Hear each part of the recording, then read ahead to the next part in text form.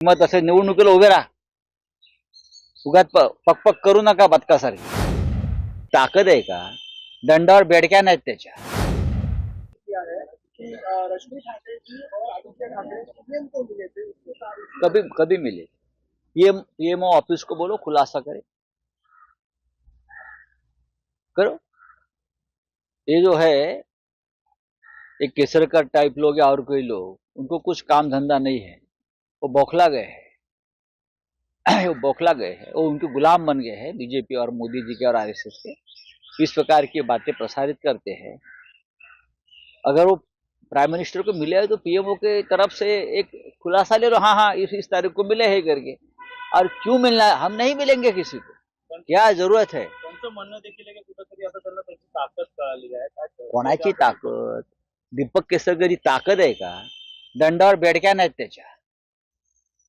हा मोती तलावचा डोमकावळा सावंतवाडीतल्या, हा डोमकावळा बसला का लोक हाडहाड करतात.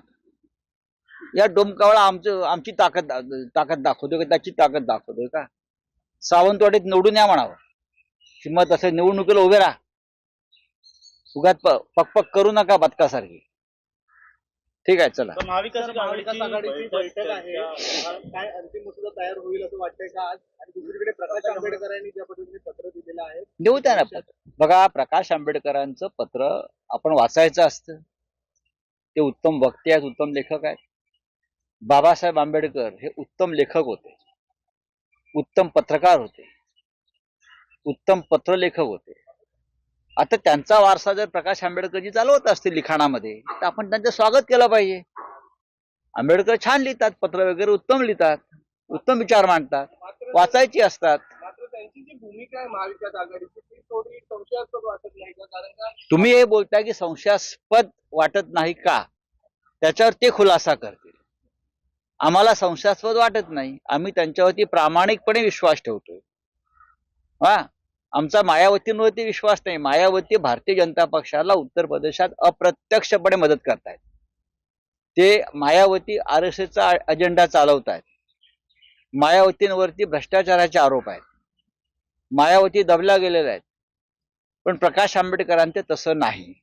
प्रकाश आंबेडकर ह्या महाराष्ट्राच्या मातीतला डॉक्टर आंबेडकरांचा वारसदार आहे आणि ते ठामपणे मोदींची हुकुमशाही गाडण्यासाठी आमच्याबरोबर उभे राहतील. भारतीय जनता पक्षाला प्रत्यक्ष मदत होईल असं कोणतंही काम त्यांच्याकडनं होणार नाही, आम्हाला पूर्ण खात्री आहे.